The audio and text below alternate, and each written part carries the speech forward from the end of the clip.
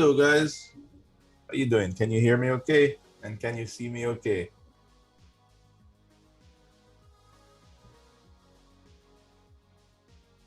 Hello, sir.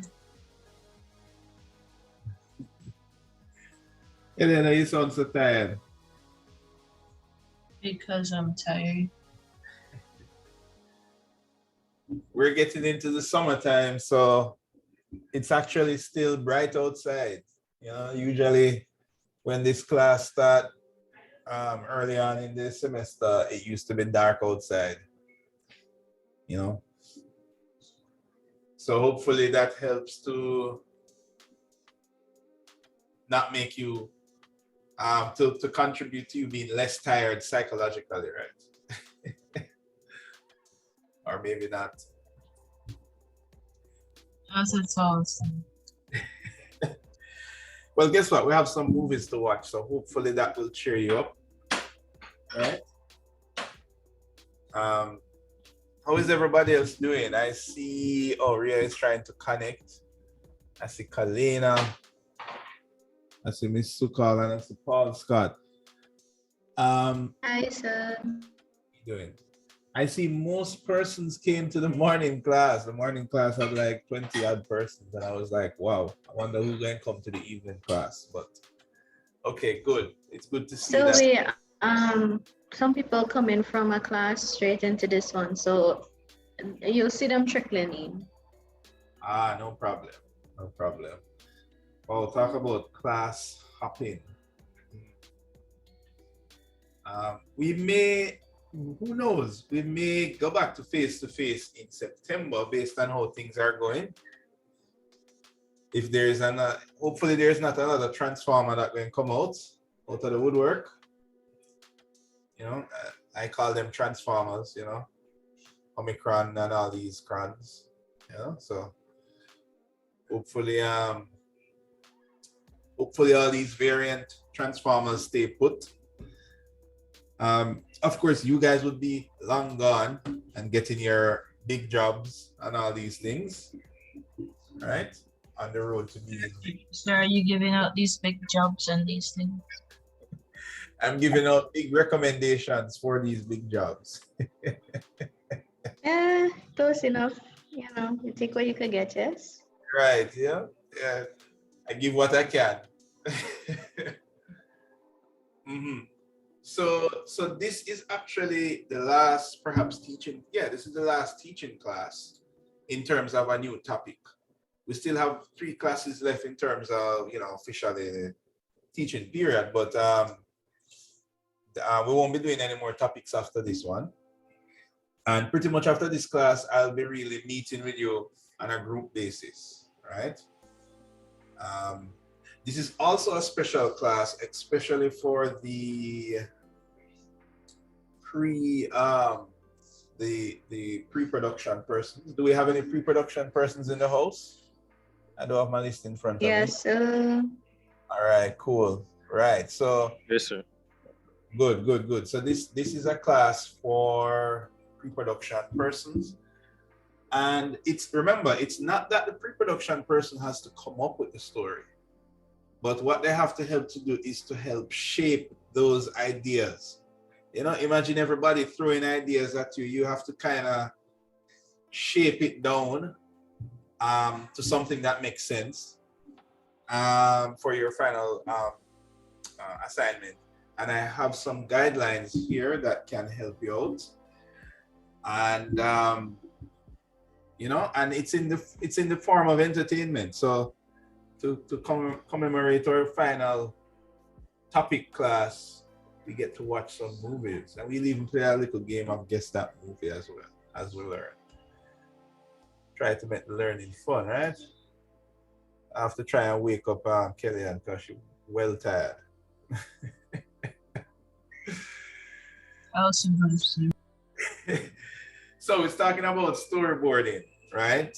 And let me start off by saying that in a nutshell,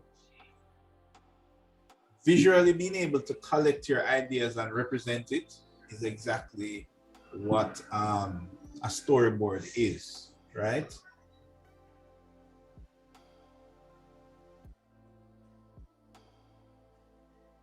Right. So look at this example. It's a graphic representation of how your video will unfold. But you guys have been making storyboards for a long time, but you've been doing it more, maybe more on a thought basis, not necessarily on a visual basis. When you guys have to do your presentation, so you final print and you jot down bullet points and you say, I need to talk about this and this and this, and then you might break down that even further to decide what you're going to talk about. But a storyboard is the same thing, but it adds a visual element. And there are some key points in a storyboard that needs to get represented. So take a look at this story that we have here, right? It's really short. There are a couple elements that I want you guys to notice. So look at the top. Well, firstly, look at the overall quality. I mean, this is essentially a chicken scratch sketch, right? It's maybe just one shy away from being a stick man or stick girl drawing. So right away, a storyboard does not have to be wonderful works of art, right? There's a particular thing that it needs to communicate. And look at this, it has this thing at the top. This is actually a part of a storyboard, right? But I just show this segment, it have this thing at this text at the top that says this scene has no BG, meaning background, only color that would change as the scene progresses. So right away, there's a kind of notes to let the person who is editing or who is producing, this is the production person, know what is happening. So think about it, if it was an architecture scene, you know, that person in Twinmotion would know, oh, okay, so when I'm rendering this, I need to turn off the background or whatever. So it is instructions to the other team members. If we look at the first box here, it says cut, which means that whatever the scene was before it is going to cut to this one. And a cut is like when the scene changes abruptly. It's not a fade or a slide or a zoom or any of these transitions. It just happens. So it's a cut. It says the door closing. Then it cuts again to Lisa sitting on an assack, pulls out shoes out of the bag. So, you know, it says exactly what the scene is, but it also shows it, you know? And I was, in saying this, I was remembering the time when working in a firm where we had to make presentations. It was the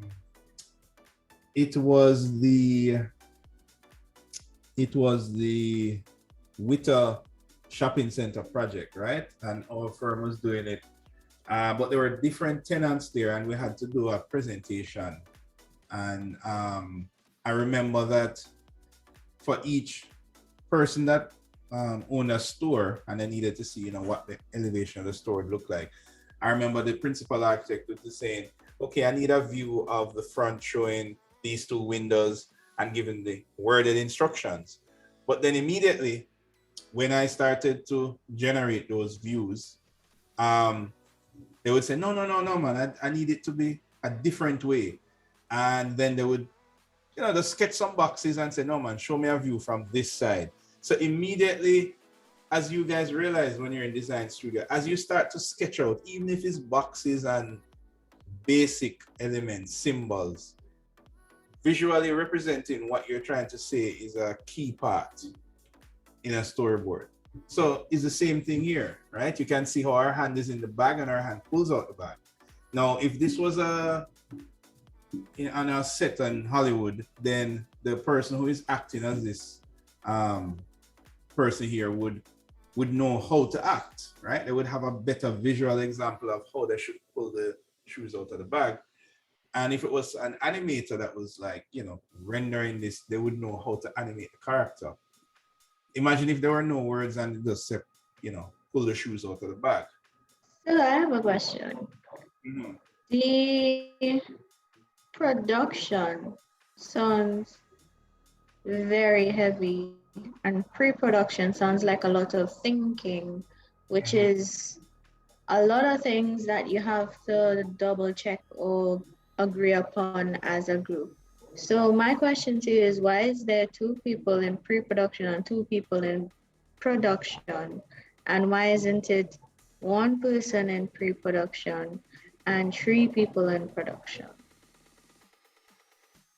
Because production sounds heavy. That's what you Yeah, say. because production sounds heavy. And even if it's just one person in pre-production, they still need to discuss it as a group, nevertheless. So I think like that second person in pre-production sounds a bit redundant. Okay, I get your point. The truth is that, and it might be different experiences for you, but the typical truth is that pre-production, production is elusively, it is very deceptive in how it presents itself. Yes, the person is in the scene doing 3D and blah blah blah, but what you might realize, maybe not at this stage, but when you're in the film, what you might realize is that not everything is going to be shown by generating it in 3D. That's the first thing. So, for example, showing a B-roll of skies or showing a B-roll of birds flying or an ocean and these things, a lot of these things are going to be footage that you have to maybe find, get from stock footage and insert and edit, right? The task of production should usually be very specific. I want a scene that flies through this door and ends up at this part here. And so it's think of it as, yes, it is work, but it is very specific work. And by itself, that those footage still need to be put together. So it's one of those things where pre-production, where the two person in pre-production comes in is that usually at the end, and this is the trick, at the end, sometimes when you watch what you produce, you might say, boy, I don't know, this thing don't quite go according to the storyboard as how I thought. You know, because you issue out these instructions, right? You say, okay, production, give me a view that does this. All right. And the pre-production should do, give, you know, audio, and we need to find some clips to fill in these points here and so forth. But then when you watch the whole thing, you might say, it's too long, or it misses a point here. Now, at that point, usually the pre-production fills in, meaning, how you put it now? Because you have the vision, you usually have to fill in the gaps. So maybe you sit down beside the person that's doing the video editing and say, no, man, this needs to feel like this. Or maybe you have to sit down beside the post-production, the production person, and say, no, man, this view needs to be more like a particular way. So I don't know. You can tell me what your experience is at the end. But these were like some of the feedback that I got. So that's why overall, I always say that I don't think that one role is harder than the other. It's just that they require different things at different times. So the early part, what the pre-production is doing, yeah, they do a little work and they have to put the story together, make sure everybody follows it. But then when the story is done, if you hit the nail on the head when the story is done, that is great. But usually when the story is done, some parts of it need to edit because it's too long, a part don't sound right, and it's usually the pre-production have to be like fill in the gaps. You following me? I guess a little bit, yeah. I don't know. You tell me your experience. I would love to know, because I always try to ask. So what experience? I never did anything like this before to say I have experience. I'm saying I'm going to ask you at the end, as I usually do. Right? Right. You know, So I it's was like, just thinking about the best division of labor and how to organize the group so that no one person um, is too traumatized by the amount of work, and no one person is just like, oh, okay, I have to draw these scenes and I'm done forever. no, imagine, put it this way, right? Imagine it as two groups, 3-person on production and 3-person on pre-production. Imagine, think of it as that way, because the person or persons with the vision needs to work alongside the persons clicking the button. And there are 2 persons clicking the button. There are the production people that are moving the camera and moving the polygons. And there is the post-production people that is picking the music and doing the narration, or, you know, figuring out the script. And so that is 2 persons that's actively doing work. And ideally, the persons who finalize the vision should be working simultaneously with those 2 persons. It could be one, as you're suggesting, and guess what? I think you should adjust the groups the best way how you see fit. Right? I mean, most persons have more than one skill. You might, like in many cases, you might find somebody who is in pre-production is also really good at production. Then sure, they can be helping the production persons. You understand? I mean, it's just to make sure that each role has done their job. Okay, sir, I understand. I just wanted to clarify those little meanings. Right, Yeah. right. But you know, you just have to make sure that because they're being individually graded on particular things, and then the group is being graded as a whole. So pre-production, they're supposed to finalize the story at the beginning. They're supposed to make sure the story is good at the end. You know, production, they're supposed to actually produce the technical aspects, the rendering. And post-production, they're supposed to actually put the video together, put the audio together, you know. So as long as those things are being done, then that's good. And people can shuffle around as much as they want. Right?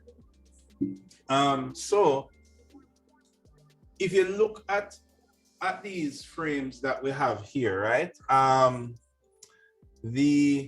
Look at the notes below the frame. So look at, it says pullback, and those are notes to the production person that, hey, the camera needs to pull back. And then it says drops the bag and puts the shoes in her lap. Then it says pull back again. So that is an indicator that the camera needs to pull back once again. 1 second. Water stuff.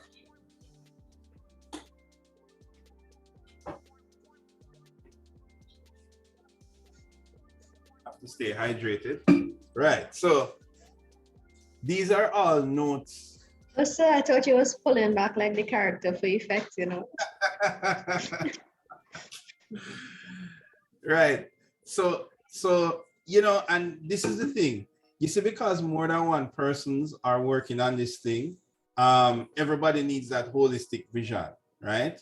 So maybe it is that, I mean, if this was a more complex production where you have one person rigging the character and making the character's arms move, and then you have another person that's working the camera in the 3D scene, those 2 persons would need to be working together. So they would know that when the camera goes back, the shoes comes out of the bag and all of that thing. So this is the purpose of doing this, that visual indicator of what is supposed to happen. Right? Now, along with this, there is a feel. And like, you know, what does this scene feel like? If the storyboard says that, you know, the camera looks up at the building, at the tower, and sees a plane flying in the sky. You know, yes, you can draw that in a storyboard and the production person can follow the instructions, but in order for that scene to evoke the feel that the pre-production person hopes to achieve, you know, chances are they have to work alongside both the production and the pre-production, because the sound effect and the music and the feel of it is the next thing to evoke. And sometimes it might be hard to know it from the storyboard, you know? But anyway, that is how you get everybody on the same page. So this is an idea of just a glimpse of what it looks like. And just to zoom in a bit, there are a couple things that a storyboard needs to have, right? And it's not very complex. Okay, so obviously there is a sketch, and the sketch can be of varying quality, right? I mean, you know, there are some persons that draw really well.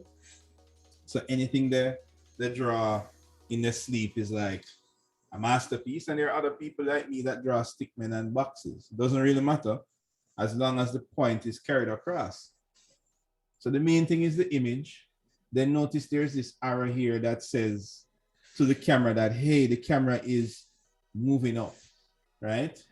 And, you know, and it's labeled. So maybe this is an interior view of a unit, and maybe it's a reveal shot.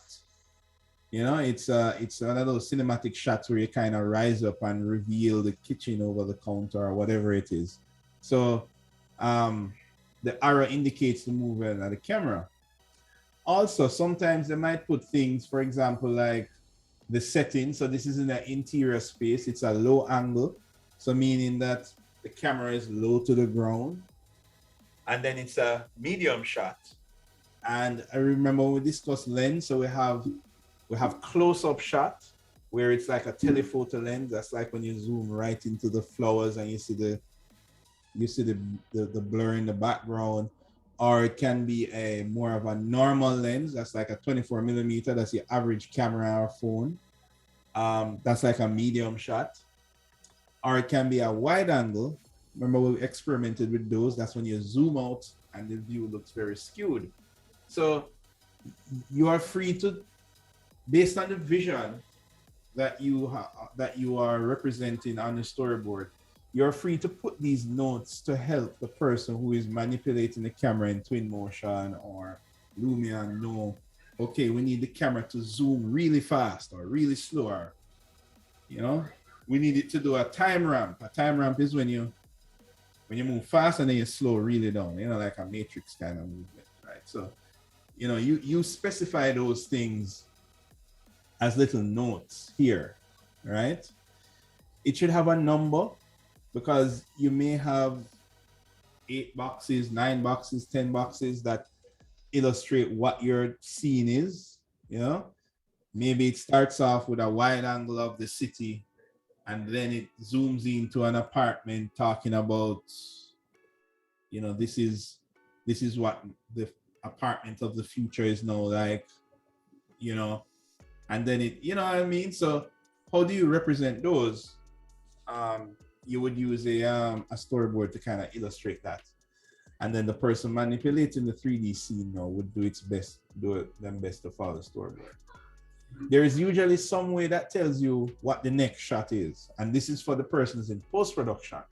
So for example, it might say, this shot cuts to another particular shot, or it fades, right? Or it goes to a blank screen, and then there's just text on it. You know what I mean? It usually indicates how do you move from one shot to the next.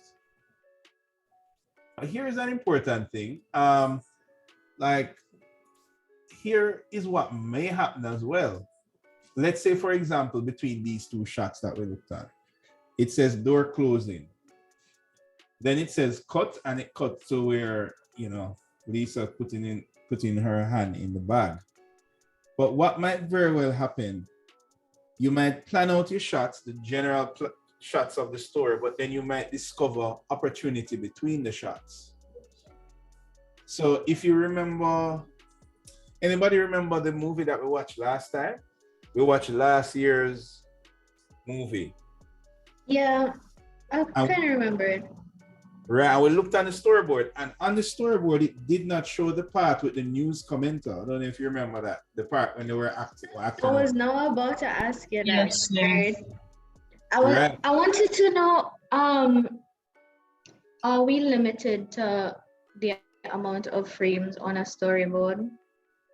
Well, to answer that question, the answer is no. And this is exactly the point I was making, because they had their frame set out, but they realized that there was an opportunity for humor and to make it exciting, to kind of ramp up a little bit the rising action. We're going to speak about rising action in just a bit. And they inserted that. And even though they had you submit the storyboard first, but opportunities may lie in between the frames. And that's fine. The frames are supposed to communicate the major events. So even at the beginning, you may not know exactly what your story, you will have an idea of how it's produced. We're going to have our meetings about the technical parts, but you might say, for example, my building is going to open up and then another building is going to grow from inside that building. And that's your story. That might be a part that your story is based on. And maybe there's a discussion with the production team. Hey, can you guys make the building open up and another building come out? And there might be a talk saying, let's see. I think we can do that in Twin Motion. And there's like, we'll talk about it. Maybe even there's an experiment to see if it will happen. But you haven't done it yet. But you have an idea that it can be done, and you have an idea of the time budget. So even your story is approved, you might have this major thing. But then when you're actually doing it now, you might realize in making that scene where the building opens up, you might say, hey, we can let something else happen while it opens up. Or then it opens up and then something else happens before the other building comes out of that building. And that's perfectly fine, because it is, while you're doing it, you might discover these pockets of creativity. And I just want to say that's fine, as long as, well, you don't want to push your time budget too far. And that brings me to another thing. Just like a real film has a budget, the currency of your budget here is time, right? This is not supposed to be a semester project. This is like you worked on your studio project and you have chosen to do an animation of it. So obviously you can't spend the whole semester doing the animation. You have to actually finish the project and then have a little time to put together an animation. So this is just that little time to put together that animation. It's just that you're now going to do it in a particular way, not just I would almost call it the typical boring way, the flat way. This is the living room, this is the bedroom. No, we're going to be doing it. We're going to be trying a new method. We're going to take a page out of Mr. Spielberg's book and all of those movie guys, and we're going to insert it in architecture, and we're going to try to make that a bit more exciting. So I just want to bring out that point, that don't try to overthink your storyboard to make it do every single thing. It just needs to cover the main point of your story. And maybe I think that can be done in 8 or less frames, right? There are persons who do a story in 4 frames, right? Because maybe it's something very straightforward that happens, and you may not exactly know every little second of how it will happen, but you know that you want to achieve this thing, and you know that you want it to end this way. So I hope that kind of answers that question. So what I want to do is I want to show you an example, and we're not going to be able to watch all of the story, so I'm going to give you the heads up that I might have to cut the story in the middle, because we have a lot of things to watch today. And I just want to kind of give you an idea of what a story board look like compares to the final product. Just to kind of paint in your head that a storyboard doesn't have to look really realistic. It just have to capture the main point. So I want to show you this example here. And I want you to look at what the storyboard is showing and kind of glimpse at what the actual final production is showing to kind of see how the both of them compare.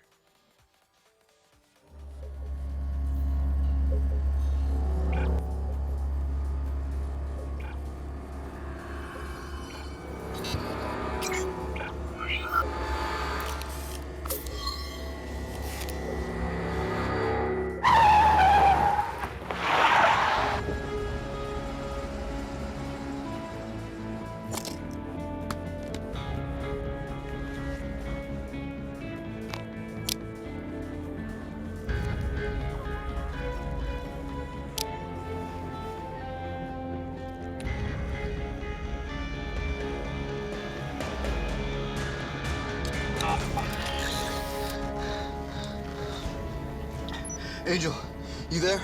I'm here, Striker. Requesting immediate extraction. I got the code in the box.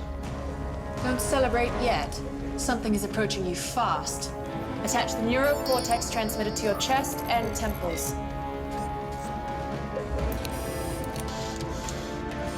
Got it. Damn it, the shift box is failing. They're using heat scanners to trace the electro signal.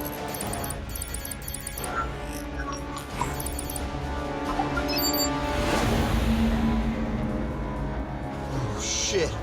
A drone just spotted me. A drone just spotted me. Angel, I need your help. Hold on. I'm jamming the signal. Suspect, exit the vehicle or lethal force will be used. Come on. Come on! Weapons armed. This is your final warning. Okay. Got it. Attack deactivated.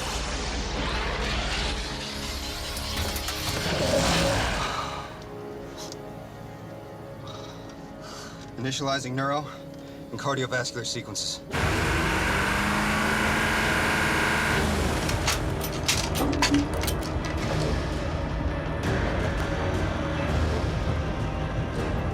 Inject the silver mercury into your neck.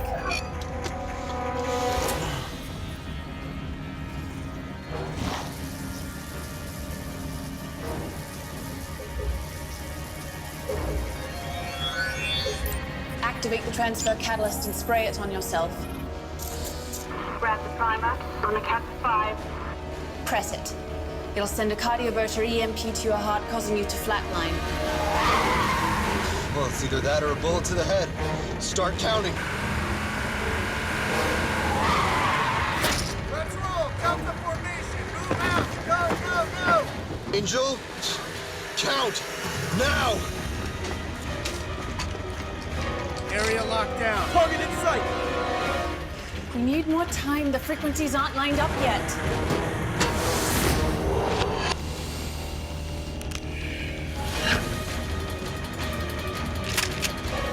Prepare to engage.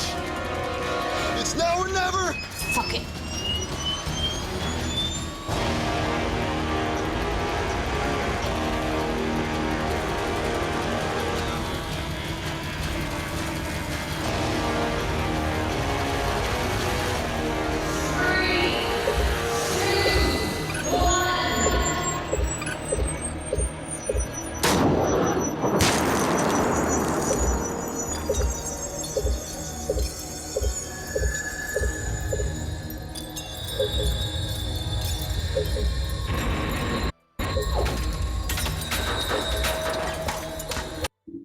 All right.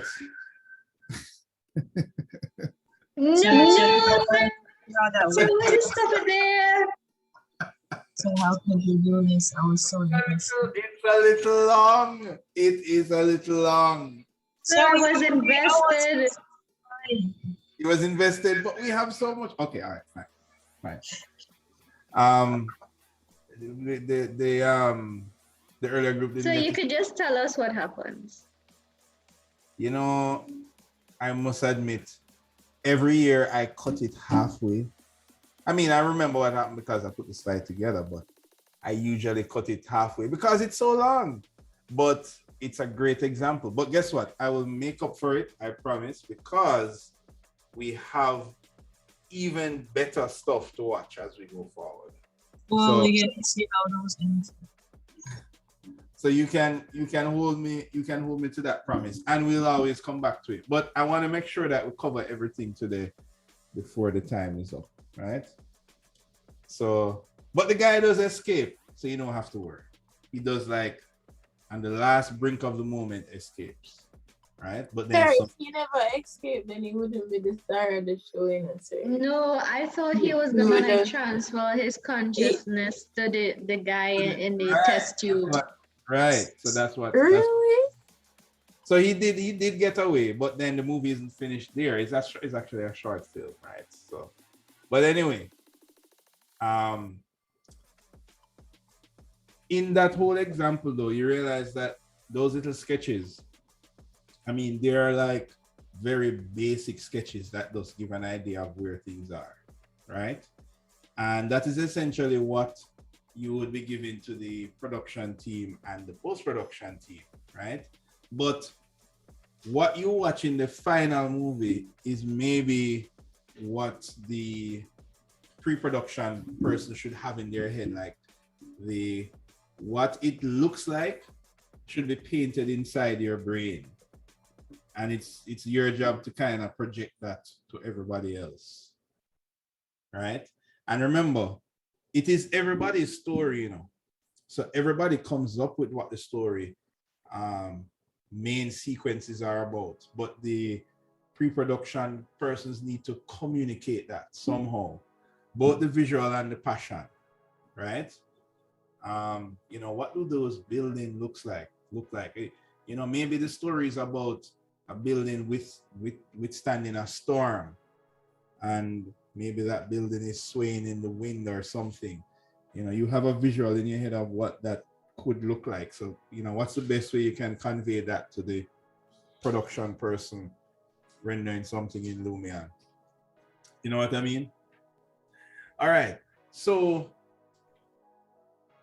the thing that I want to, the parallel that I want to draw here is that for architecture, you realize that usually, I'm guessing in design studio, you always hear from the lecturers that your sheets need to tell a story, and the story is based on the design you want to convey.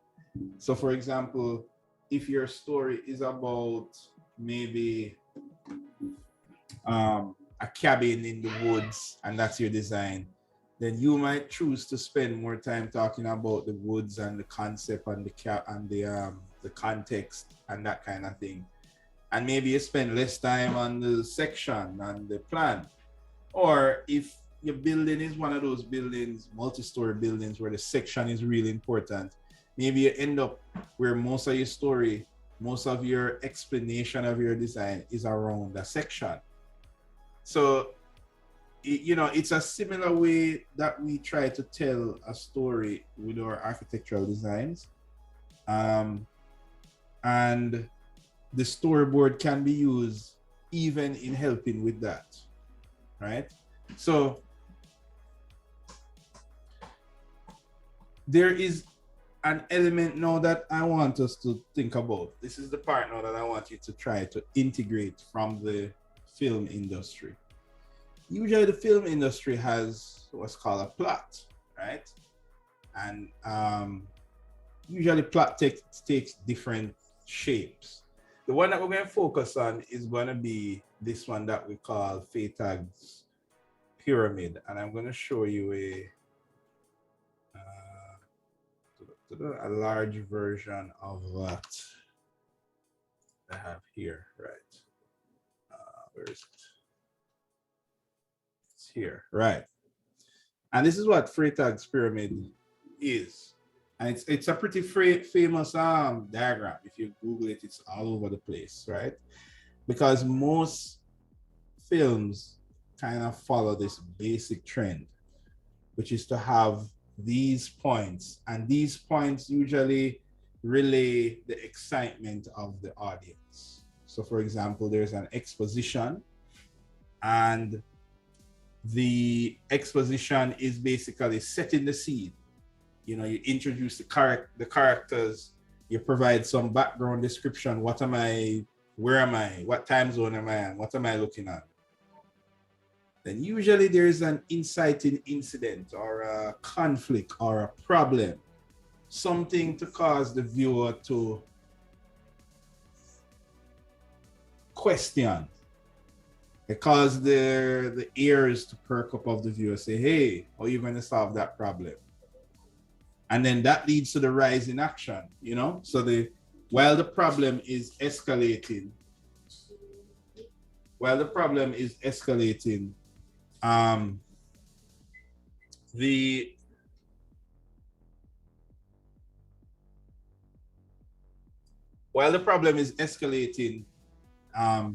the excitement is building, and then the excitement reaches a point where it ends, and then it falls into a resolution. So what does that mean? It means that the problem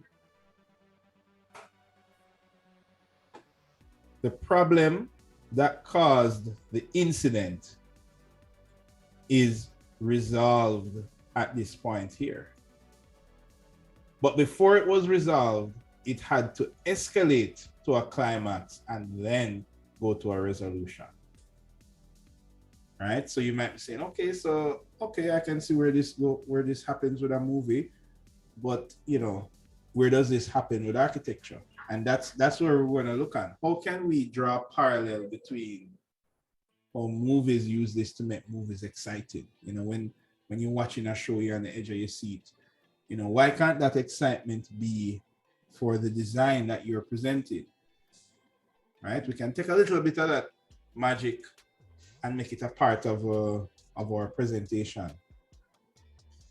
And, you know, usually the magic of why this formula works so well to get you excited is this star right here, this inciting incident, right? If you are able to capitalize on that in a clever way, and we're going to look at some different inciting incidents here, because we're going to look at some incidents that are very subtle and some that are very specific. And then we're going to look at, you know, in my architectural presentation, you know, how can I create this incident that makes it this problem that causes a rise in action, right?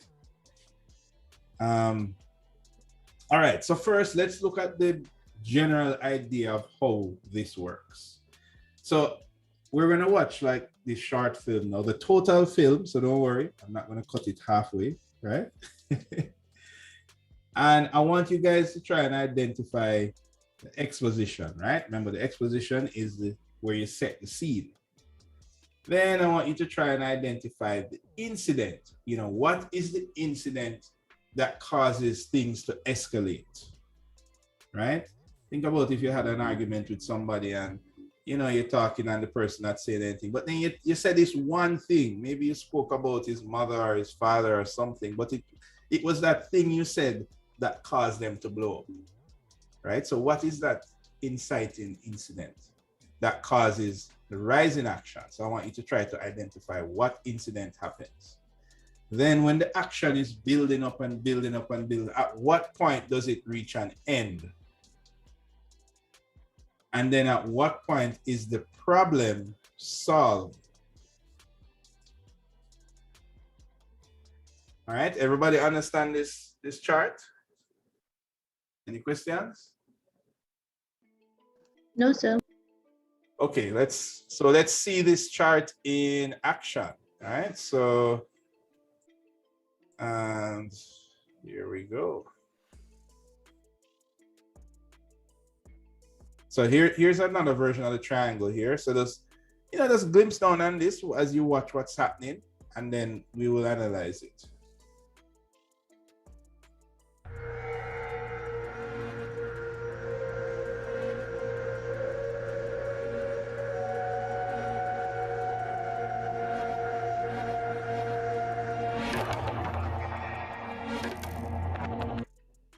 The first thing you notice physically about this lady is her eyes. Bright blue eyes. It's rare to actually see those eyes because they're usually covered up, but when you do, it's worth it. The next thing you notice is her hands.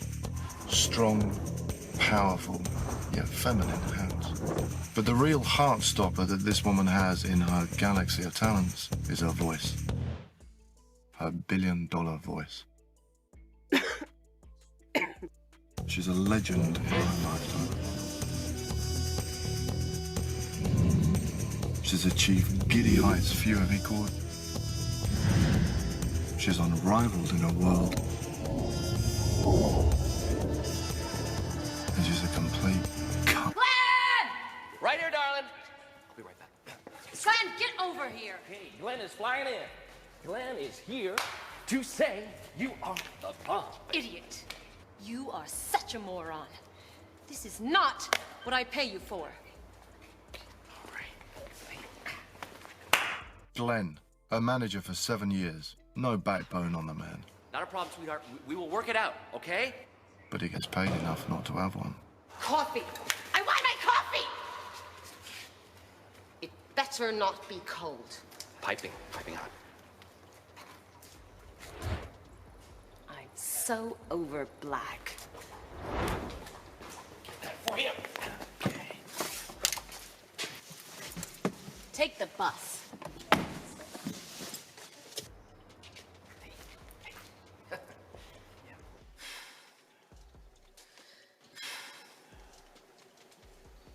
This'll do. Take me to the venue. I'm sorry, I'm booked for someone else. Yeah, right. Just take me to the venue. What venue? I am gracing this armpit of a town for one night. If you also think I'm gonna know the name of the venue in El Armpito, you're sadly mistaken. You are the driver. You are supposed to know. We're going to the palace. We? Listen, my bone from the neck up driver friend. I suggest you put your foot down. And next time, do your homework. Okay, fine. What do you think you're doing? I'm coming with you, man. Then get on the roof and hold on tight. Out! Out! Follow behind. Good idea, tough guy. What are you waiting for? Let's get out of here before he gets in the car. I don't want him following me. Okay.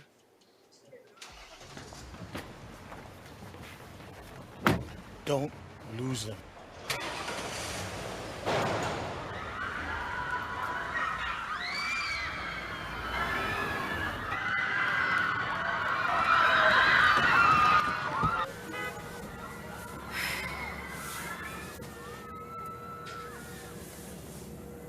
Why are we going so slow? Excuse me?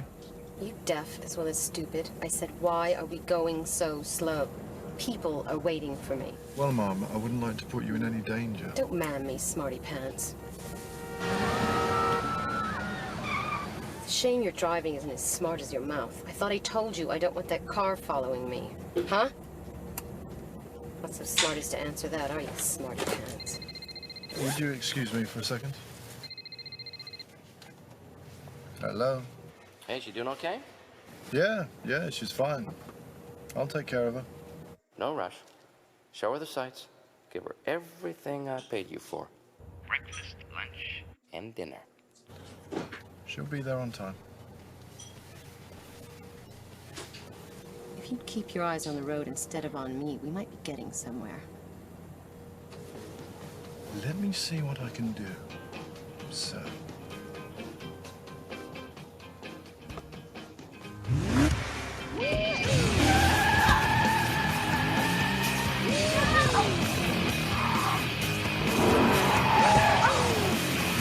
Just hold on tight, sir. We'll get you there safely.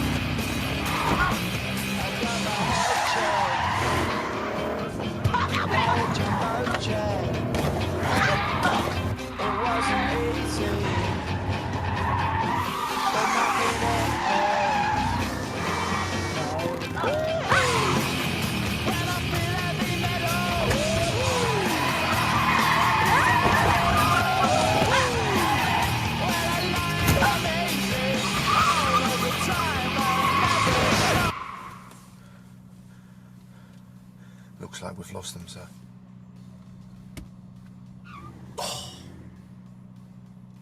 Let's try again.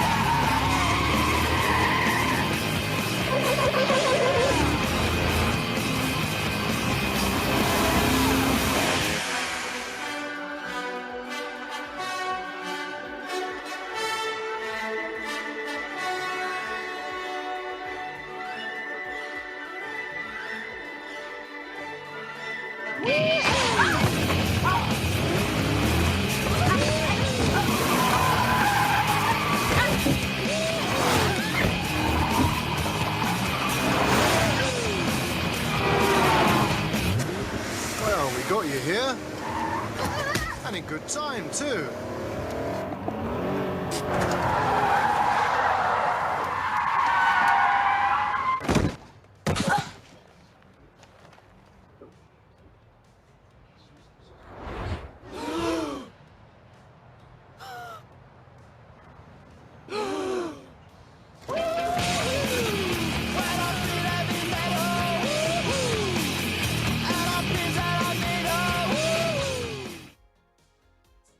All right. That never gets old, huh? All right. So this was actually a couple years ago when BMW used to do these short films from indie developers, from indie film makers to help promote their vehicle. That's why you see M3 all over. But anyway, so does everyone understand the film, the short film?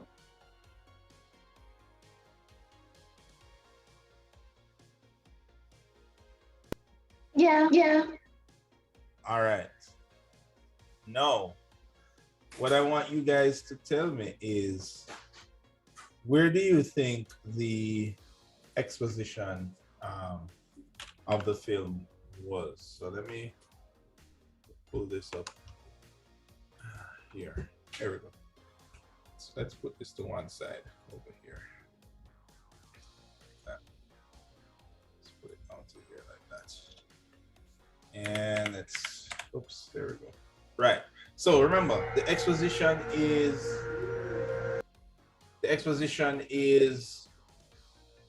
the setting. You know, the writer introduces it could be the characters or where, you know, what is taking place. So up to what point do you think the exposition was for this short film?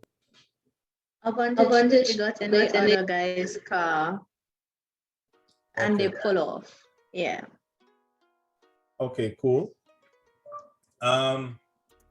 Anybody else? So I'm not hearing from Kelly and Priya. Sir, I kind of thought that it was up until she slapped him or until she screamed in the first guy's face. I think it was her assistant. All right, fair enough. So right at in this first maybe 1 minute, you know, we see the different characters. Then you realize that the person who is driving the car starts to talk about the character, you know, who they are, you know, what status they are, things like that. So it gives the audience, a kind of setup as say, oh, we're talking about a famous person here, maybe a singer, something like that. Right? So that is like the exposition of this point. Now, here comes the trick. Where do you think the inciting incident was? At what point, or what was the trigger, or what caused the rise in action? Oh, wait, let me give you an easier question. Where was the rise in action in this film? When he started to speed. Exactly. Okay, that's fairly obvious. So then, let's walk backwards. What was the incident that caused that? The call. Exactly, and the call when they said, look, I want you to give her breakfast, lunch, and dinner, right? So what do you think that meant?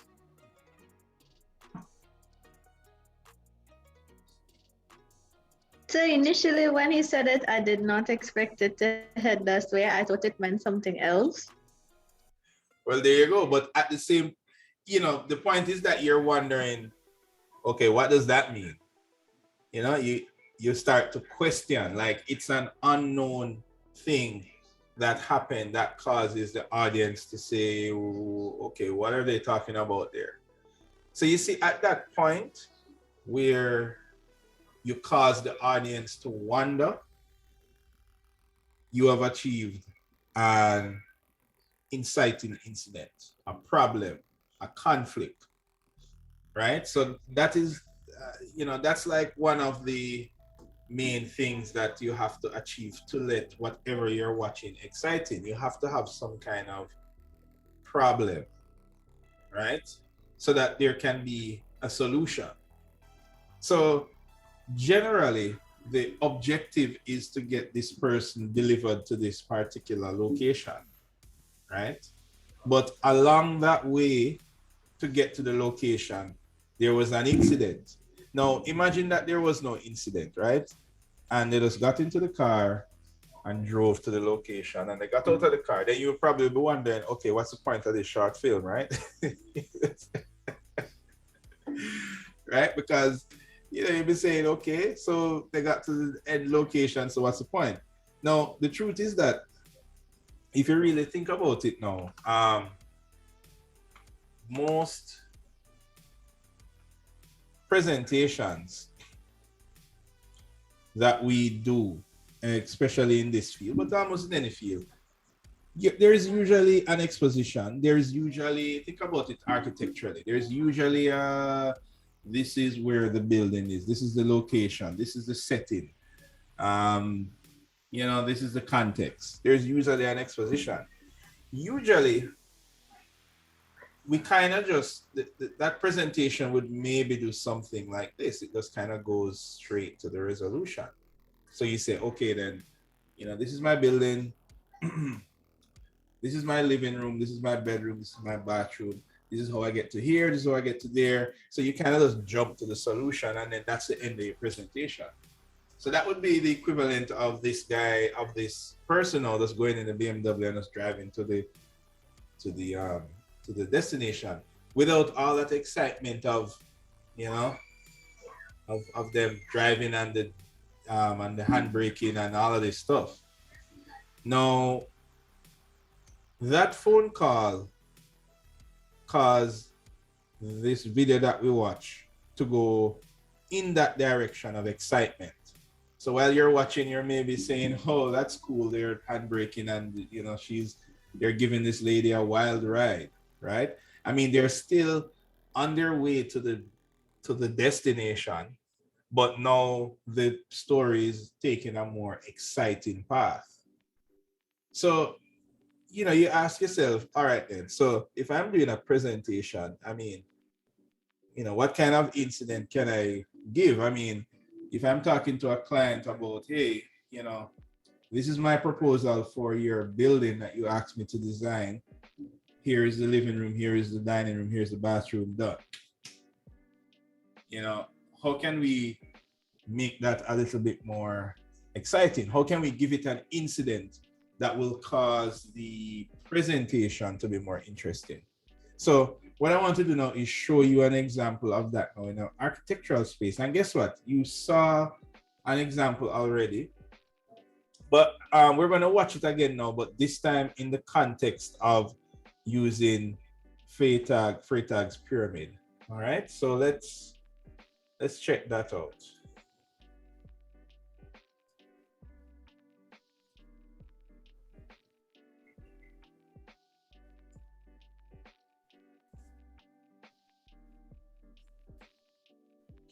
All right, so now I want you to watch this again, and then I'm gonna ask you about where those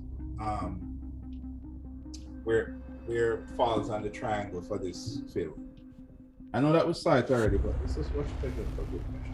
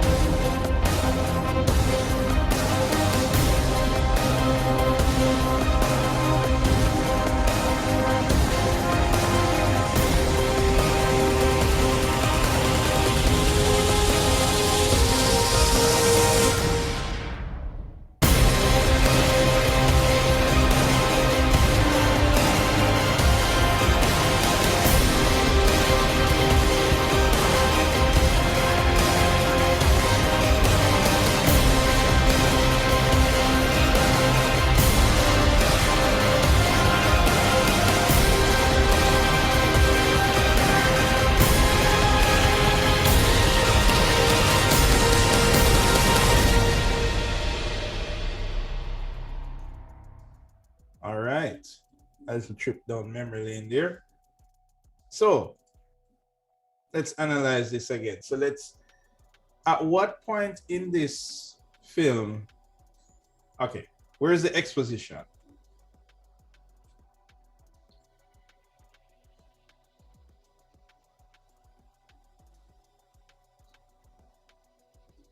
Guys?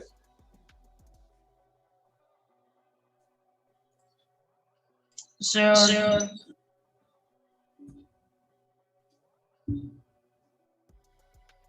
yeah, you're muted. yeah, I was asking if you could repeat the question. Yeah, so where in this film is the exposition, right? And remember, the exposition, that is setting the scene, where you introduce the characters, introduce the setting. What am I looking at? Where am I? What time zone am I in?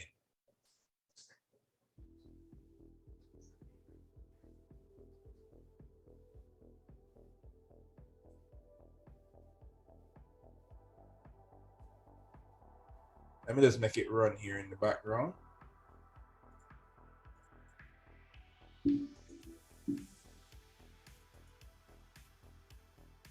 So in this, so let's take back a look on the on this triangle, right? So remember, we have the exposition first, and that kind of tells us where we are. You know, what is the setting? And then we have this incident here. So before we get to the incident, where is the exposition in this film?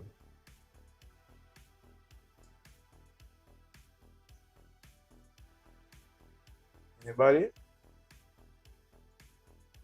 Sure, I think it's up to the point where we just stop when the person is in the office. And then the inciting action starts when it starts, the building starts to explode. So we get the context that it's in a city and it's a office building. Well, there you go. So right at this point here, like this shot is telling you where you are. Are you in 2090? Are you in current time? Are you on space? Are you on the moon? So immediately this shot kind of sets the tone of where you are, right? So you're saying that the incident is at that point. So remember, we were just watching that film a while ago, and that incident was a person called and say, hey, give this lady breakfast, lunch, and dinner, right? And the audience is saying, okay, what's breakfast, lunch, and dinner? You know, so on the way to solving the problem, remember we looked at this graph just now, right? We were just saying that you know, when we watch that film just now, the one with the BMW, it's because of that incident that we took the exciting route to a climax and then back to the resolution, right? And this incident caused it. Now, in a typical presentation, we don't have an incident. We just have, you know, exposition, and then we just jump to the solution. Now, in this architectural presentation, there is an incident that causes the presentation to instead go straight to the solution. So what's the objective of this presentation? Well, the building is going to be remodeled. But rather than just saying, okay, this is the existing and this is the proposed done, they created an incident. And what is the incident? Well, this guy is just a regular day doing his work, and then he turns around and says, "What? Wait a minute, are those floating glass that I see behind me?" You know, and he's saying, wait, what's going on? What's happening? So imagine the client that's watching this presentation. The client is also, hey, what's happening here? You know, I thought I was here to see my new building. I thought I was here to see this new proposed design. And the way in which they propose the design is to tell it through a story where there is an incident that causes a problem. It causes the audience to wonder or in suspense. Now, after the audience is wondering, you know, why is there a floating object in this architectural presentation? Then all hell breaks loose, right? The whole building starts to come apart, you know, windows start to flow off of the building. And, you know, so at this point, you're at the rise in action, you know, because all of these things are happening. And, you know, it's interesting. It's telling the story. It's telling the architecture of the story, but it's also doing it in a more exciting way, right? So let me ask the next question then, right? And this, so I don't know, who do I ask this question now? I'll ask Miss Getfield this question. When do you think, Miss Getfield, that this video is at its climax?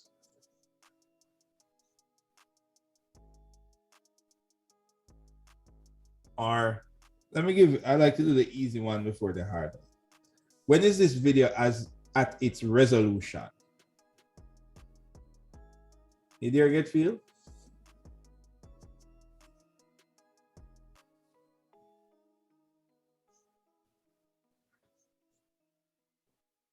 No, not there. Not there. Nope. Nope. All right, we'll just move to the next person. Rhea, when do you think this video is at its resolution?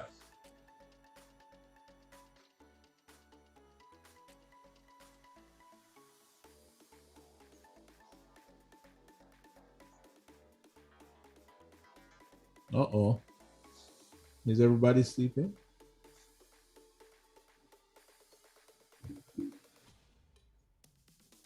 Hello? Anybody out there? Sir. Yes, So I think it's when the guys in his office and the interior start to change. Like the decks and the painting start to come in. You know, that's interesting.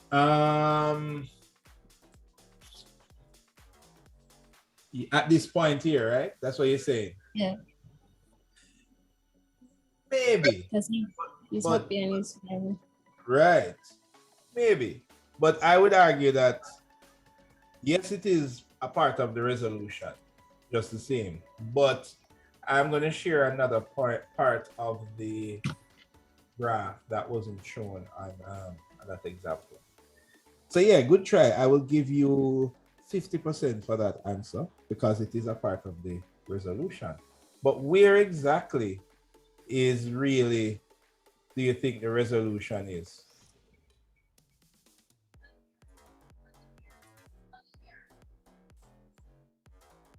So you're saying that there's things that came after the resolution? Well, so I would say is that little piece of words they saw just now. I was like the most revolutionary massing or whatever it said. Because it's up until that point, I was like, okay, where are we going with this? So I guess that's like where it told me it kind of told me, oh, so they're redoing the building.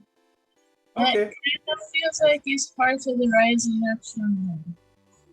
No. Okay, hold on. That is like when they turn from the climax and you go into the resolution. But I think the final resolution is when they do the pullback and you see the building in full. Oh, you mean there? Yeah, that one. That's the resolution. That's the final resolution, yeah. Okay, good point. Good point. Now, some presentations, let me show you this. Some presentations have, I would say, aggressive points. What do I mean by aggressive points? All right. When is the, in the BMW film, when is the climax of that film? Is it still in our minds? Do we have to look back on it? Let me kind of jump back to it a little there, which is what this one, right? Where is the climax of this film? If When all he's driving around is the rising action, so where is the climax? I think when she got There's thrown one. There when him fling around. There you go. Very true. Now, the interesting thing about this is that, let me ask you our next question. Where is the resolution?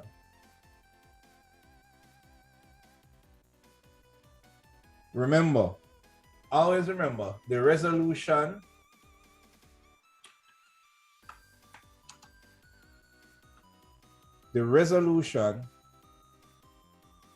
is the solving of the problem. Right? So the solving of the problem is the purpose of the video, the purpose of why you are watching. You know, that you're doing a presentation, the purpose is to show the renovation. You know, what was the purpose of this BMW film? What was the mission? What was the mission to do?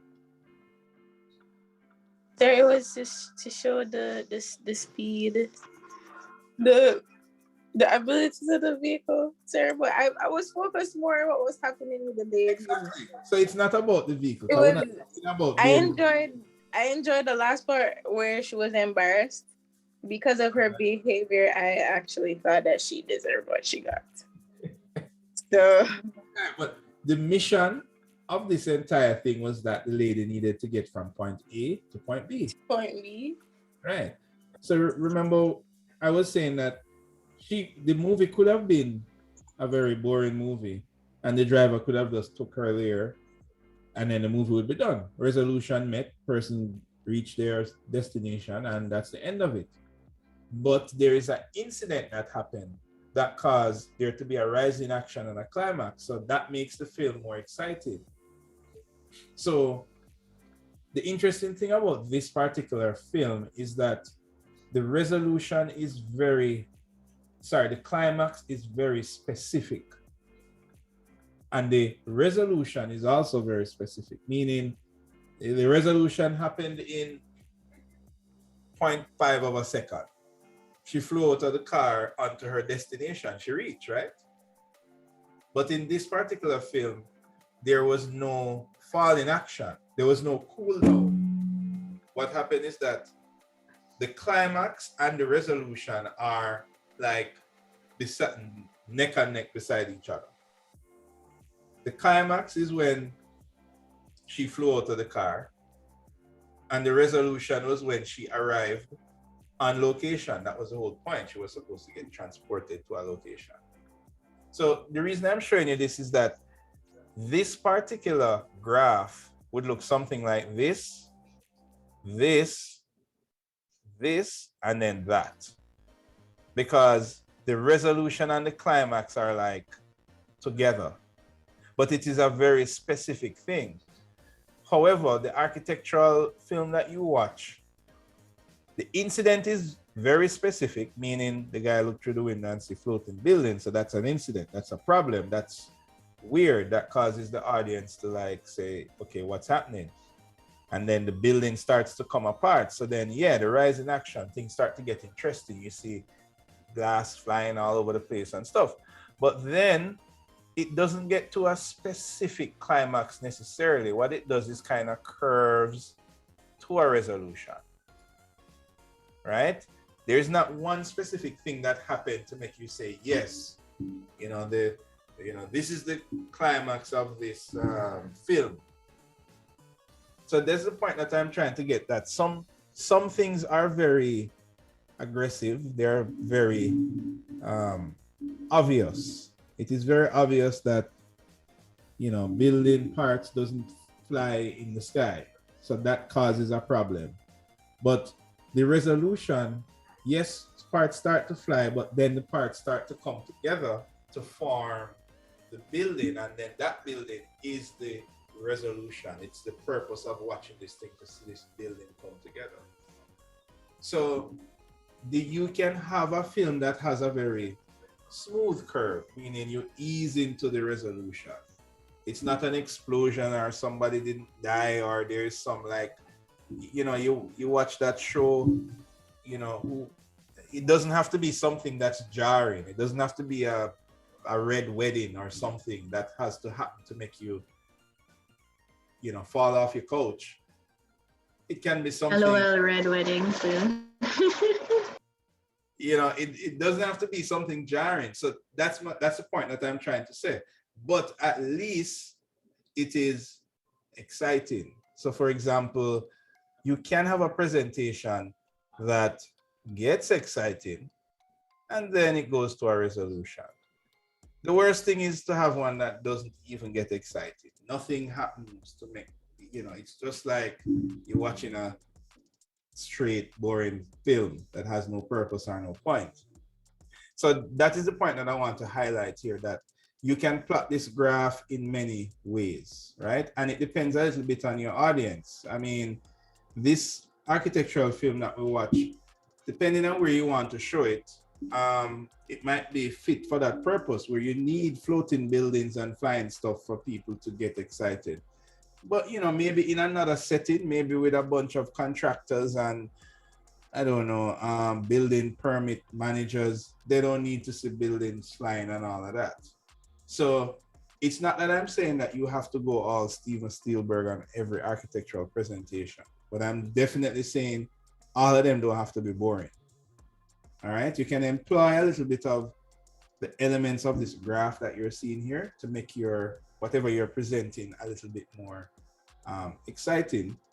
And the way to do that is to follow this formula of incident and rise in action, climax, and falling.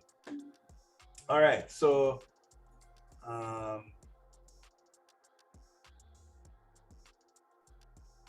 now some architectural presentations. So for example, if you were watching a architectural presentation, which is more like this one, right? And that's our next one. That's fine, right? And then it will right into the solution, right? Right into the, well, this is the so this is what I would call the traditional way in which we kind of tell that architectural story, right? If you were the designer that's working on this project, and you say again? Oh, right. Yes, I forget the audio is there because I'm not hearing the audio. That's why. Right. So if you were working on this presentation now and you're showing this now, you know, depending on what the audience is, maybe it's a groundbreaking or maybe it's with the client or with a group of investors, whatever it is. This is kind of how we would traditionally do it. Now, a lot of times I said this kind of stuff is like an opportunity missed, because if we were to plot this on that graph, this would just be a straight line. You know, there is no incident. There is nothing that causes you to say, wait, what's going on here? This is cool, you know, or whatever. It's just kind of flat, right? So this is what now we're evolving from, right? And we want to get to where we are looking what those guys are doing over in the movie world and taking a little bit out of their plate and sprinkling it in the architectural world to make it a bit more interesting. And I mean, these things make or break projects. I mean, if you're doing a competition, this is the stuff that makes you win. Yes, you need to have the function, right? But a big part of it is how you are presenting the idea. So if you walk into a presentation showing this stuff, which, okay, yes, I've worked out the parking and and all that is great. But what if you worked out the parking and did all of that? And in addition to that, you showed something that had a bit more, you know, like this. Then you would have, you know, had your cake and you'd have hit the ball out of the park. So that's all I'm trying to say now, with mixing a little bit of this. Now, some presentations don't necessarily have to have, for example, a specific incident, right? So, like, look at this one.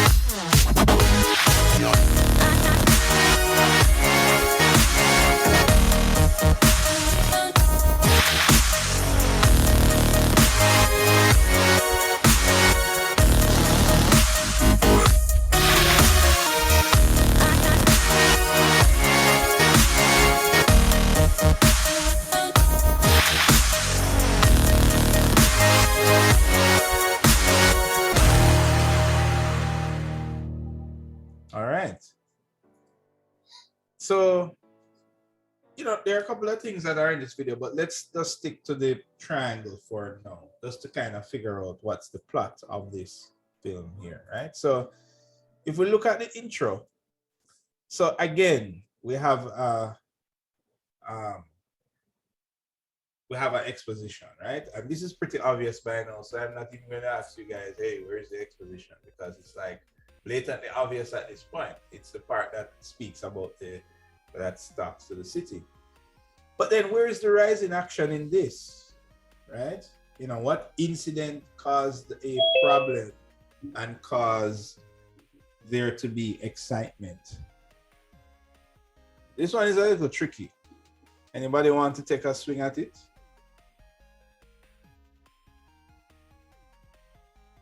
Is there a rise in action? Sorry, not a rise in action. Is there an incident? I can't remember if it was the music or the animation, but right where they mentioned the wheel. Okay. That was interesting. Okay.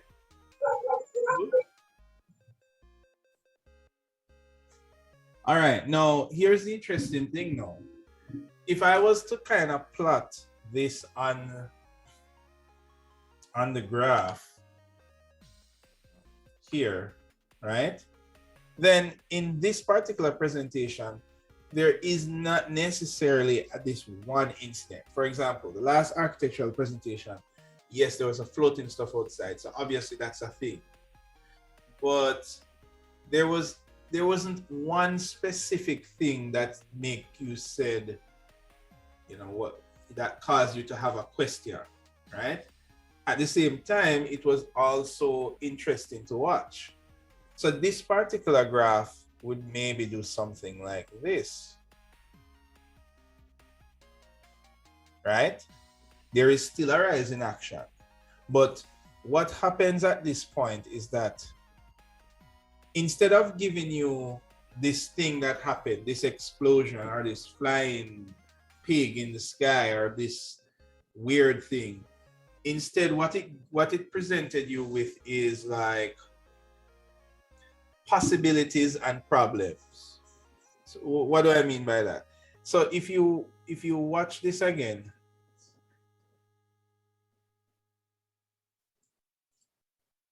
right, at the beginning, and after it gives you the quick exposition, right, saying where you are, okay, I'm in New York City, it gives you some specifications. It's showing you sites around the city. It's telling you millions of people visit New York City. It's telling you it's the next great destination. It's 20 minutes free from, it's 65,000 daily ferry rides. So it's like what it's doing, it's kind of setting you up. It's telling you all of these great things, building your anticipation. Like it's building an excitement around New York, and then it's giving you, bam, this is my design, right? Now, it's not telling you one specific thing, like it's saying, you know, there's going to be a comet that comes down to Earth unless you build this building to prevent that. It's not giving you that thing, it's giving you information. So that is another way that you can cause a rise in action. You can cause a rise in action by giving interesting information that causes the viewer to also wonder, right? So in this case, it gave them statistics about New York that makes the destination interesting. So they want to see, oh, there are all these good things about New York. What are you going to show me? It could also be a problem. It could be that maybe you're designing a building that is going to prevent food shortage, and maybe you say, look, in the next couple of years, we're going to run out of food.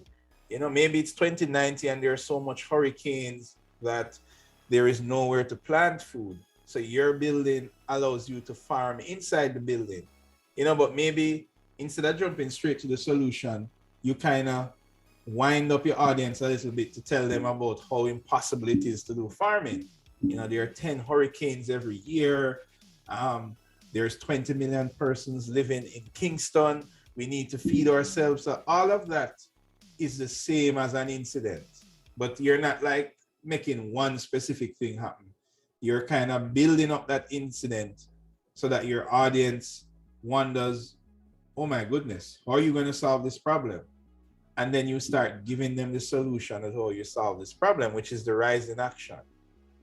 So you see, that's another way that you can deliver an interesting architectural presentation using elements from the film world, even though you're not, you know, making buildings fly. Does everybody understand the point? You understand the connection? Sí, señor. All right, great. So basically what I'm saying is that this graph is malleable, right? Don't look at your presentation in one dimension and say, okay, it has to have an incident happen. It can be a curve. It could be a series of incidents. It doesn't have to be a climax where somebody is thrown out of a car. It can be a series of solutions that kind of leads you to a climax or a resolution. Now, what I want to end with, and this is one that we don't normally take advantage of in the architecture world, but in the movie world, especially in series, we take, you know, they take a lot of advantage of that, right? And we call it cliffhangers, right? Everybody knows what a cliffhanger is, right? Yes, sir. Yes, sir. Yes, sir. You know, cliffhangers are what causes binge watching when you should be doing something else, right? Right? And if you look on some of the Freytag's pyramid, they have this other point that's not always included here, right? And they have a French term for it that is, well, it's pronounced dynamo, right? But it's spelled, it almost looks like it's spelled denouement, right? But it's dynamo. And what that is, it's essentially a cliffhanger, but it's not really a cliffhanger. A cliffhanger is kind of like, you know, the guy's about to die and you stay tuned for the next season, you know? The cliffhanger is when you cut the first video in half. Ah, there we go. That would have been a better example. So, but a dynamo is more of, or dynamo, denouement. It's hard to pronounce, but what it is setting you up for the future. It's leaving a question in the person's mind, right? So imagine yes, you do a design for this building, but maybe on that building there is a part for an extension, you know? So you're saying 30 years from now, this building will transform into something else because you have left this area on your roof for that to happen.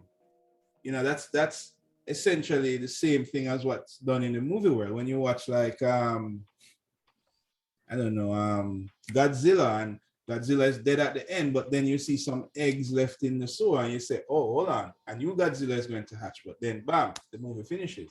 It's not really a cliffhanger, but it's kind of like saying, okay, there is more to come, right? So that sometimes is what is left at the end of a film, in the film world. And we can also take advantage of that in the architecture world as well. If we're presenting something, especially when the presentation is not necessarily complete, you know, or it can show that you are thinking beyond your building, beyond your design, right? So when Merrick had mentioned that part in the presentation where the new office kind of came in, which was, it was here somewhere around this point. So it's like, you know, now this guy has this new office to take on the challenges of the world. You know what I mean? It's like it kind of just left your imagination there to say, you know, what's the next thing that will come, right? So I want to point that out as well. That's another opportunity right there. So there are a lot of parallels that we can draw from the film world and apply it in our architectural presentation. And it's meaningful and it won't be weird. You know, you don't have, as I keep saying, you don't have to have like flying pigs in your presentation, but you can make a window or two fly. And if you work the story the right way, it can be quite interesting. All right, so my objective here, especially for the persons on pre-production, is for you guys to kind of stretch your mind a little bit and to understand exactly different ways that you can apply Freytag's pyramid to your video, to your movie. Now, here's the interesting thing. Don't use the pyramid to design your movie, right? Don't use it to come up with ideas about Kingston in 2092. Don't try and work it from that angle. You come up with your story first, and then you match your story that you come up with against Freytag's pyramid and see how it lines up. You know, what kind of curve did you draw? Is it like a subtle incident? It is a subtle climax. That is how you do it. If you try to design it from the pyramid first, you're gonna have a weird kind of story, because you're gonna be asking, so what is the climax? You know, what is the incident? But I don't think you should tackle the story from that way. You come up with the story, and you're gonna find that your story will give you these natural things. And then what you can do is beef it up a little more. You might have an incident, but then you decide that, hey, let's make the incident more powerful. You know, let's make the climax more powerful. You know, should you have something at the end that kind of leads you to wonder what the future holds? All right. So what I want to leave you with just a few more examples. Let's do that short thing of guess that movie. I'm going to show you an example of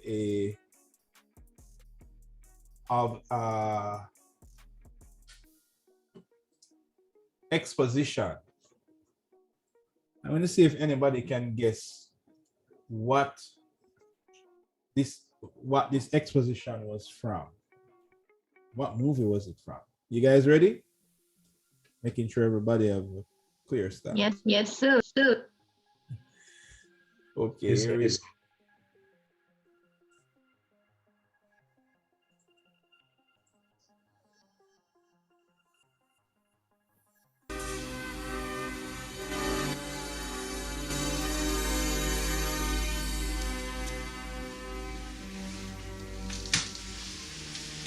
How are we today? Terrible. Well, better than yesterday, at least. Where am I? You're safe. You're at Gateway Station. Been here a couple of days. You were pretty groggy at first, but now you're okay. Looks like you've got a visitor. Jonesy, come here. Hey, come here. How are you, you stupid cat? How are you? Where have you been? Guess you two have met, huh? I'm Burke. I'm Carter Burke. I work for the company. But don't let that fool you. I'm really an okay guy. I'm glad to see you feeling a little better. They tell me that all the weakness and disorientation should pass soon. It's just natural side effects of such an unusually long hypersleep or something like that. What do you mean? How long was I out there? Has no one discussed this with you yet? No, but I mean, I don't recognize this place. No, I know. Okay. It's just that this might be a shock to you. It's longer. How long? Please. 57 years. What? That's the thing. You were out there for 57 years. What happened was you had drifted right through the core systems, and it's really just blind luck that a deep salvage team found you when they did. It's 1 in 1,000, really. I think you're damn lucky to be alive, kiddo. You could be floating out there forever. You okay?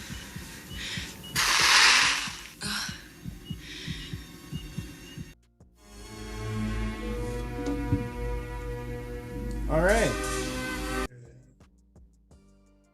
What was that? Who got that one? Oh, you mean what? Alien? Ah, good choice. That is indeed Aliens 1. Right? I know there are like probably about 5 other aliens and games and everything. There's a, you know, it's a franchise. But the interesting thing about this, I mean, this is a 1.5 hour movie or more long. But this is when the movie starts. And just in the first 2 minutes of the movie, it tells you, well, at the beginning it tells you where you are. Okay, I'm in space. I'm maybe somewhere in the future. There are spaceships and all that stuff. Then it cuts to a scene and you're seeing the spaceship outside. There's a person walking. Okay, it seems to be some kind of a hospital. And then this character wakes up from a 57-year hypersleep, right? So it's like all of that is communicated to you in like the first 2 minutes of the film. So, you know, that's some good exposition. It's like all of that tied together. So the audience gets it.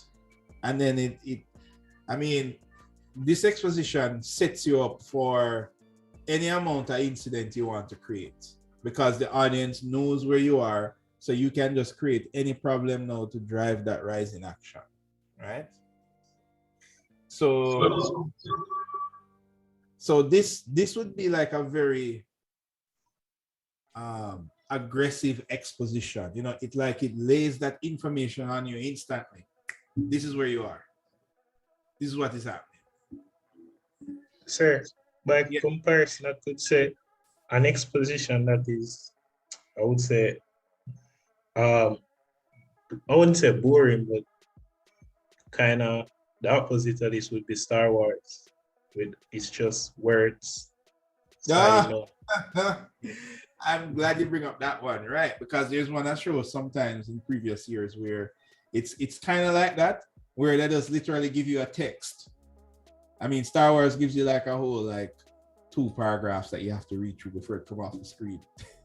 But some people just say in the year 2020, and that's it. That's the exposition there. Nothing else. It just jump to, you know, action and explosions and everything. So I'm just kind of proving to you that, hey, this graph can be, you know, it can be malleable in different ways. You can have a very long exposition that you're just talking about the environment and setting you up. Or you can just have a very short thing and just, like a Star Wars, it just tells you what's happening, what you're doing, and just jump straight into the incident. The incident can be one specific thing, or it can be a multitude of things. It's kind of given to you over the life of a curve rather than an angle. All right, we're gonna put it all together now. We have time for one more. Well, we do have some more time actually. So, but we could have watched the whole movie. So. The first one? We could have watched the rest of the first one. So I haven't made up for that cliffhanger yet. No, sir. All right. Wait, I have more tricks in the bag. Now we do have to, you know, just to make sure that we understand the different ways in which the exposition can be used, right? I want you to look on this one. This one has a different tone. And I want you to tell me where the exposition and those things are in this one, right? And guess what? You guys always get some special treatment because I didn't show this one in the first session, right? So I give you something special in this group. All right, so let's check this one out.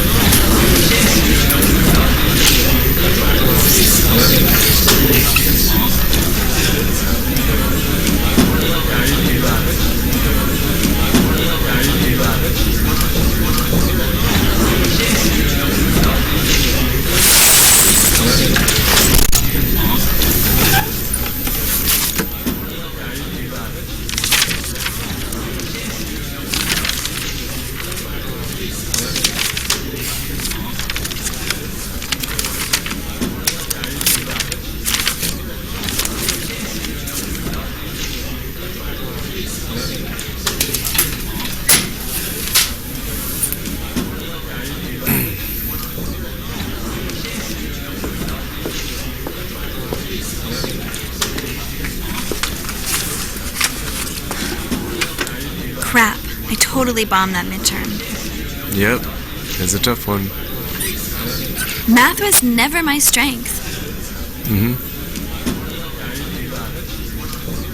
You look like you'd be good at math. Do you think you could help me? What makes you think that?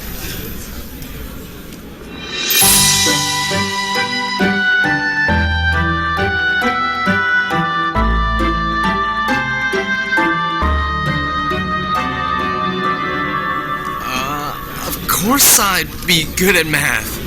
We all are, but especially me. I'd love to teach you math. That's awesome. I'm Tara, by the way. Nice to meet you, Tara. I'm Kenny. Kenny, can I get your number? Yeah, sure.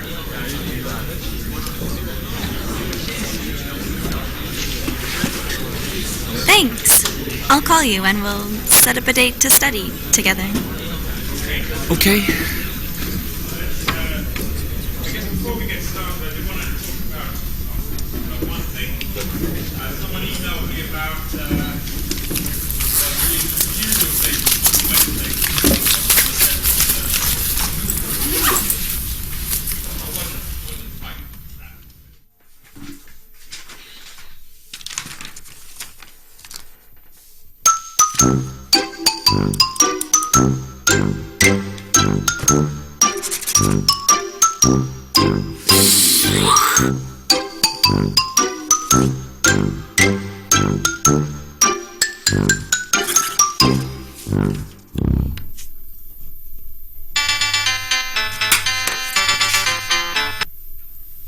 Hello?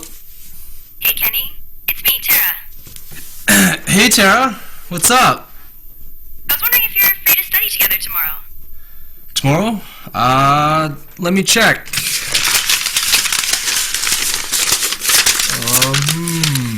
Let's see. Yeah, tomorrow looks good. All right.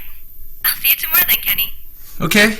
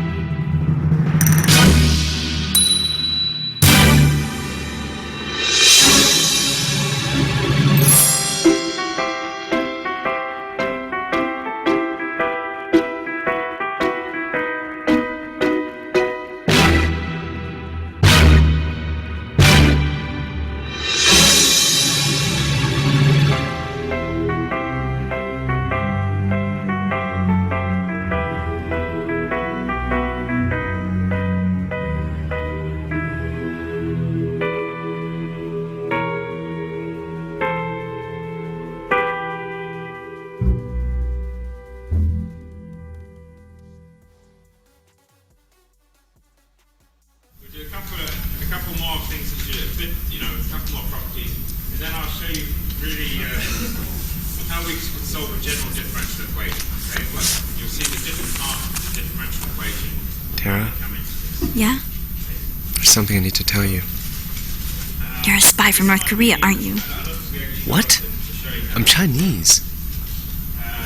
You know, there's something that you don't know about me. So I'm just going to show you how to do this one. This is my last exam. Like most of these, it's actually not a big deal. It's substituting variables type of thing. Okay. So let's look at the bus transform UC. This is mine. T, F, T minus C. But I thought you... Just in the V integral. 0 to infinity, the minus ST times the function. UC of T. T minus C, T.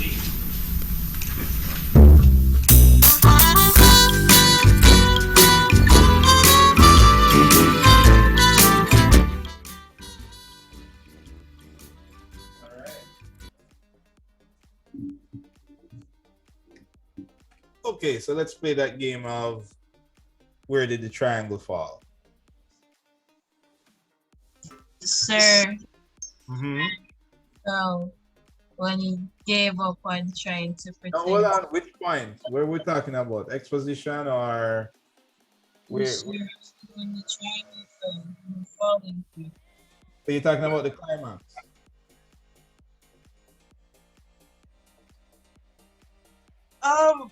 The climax.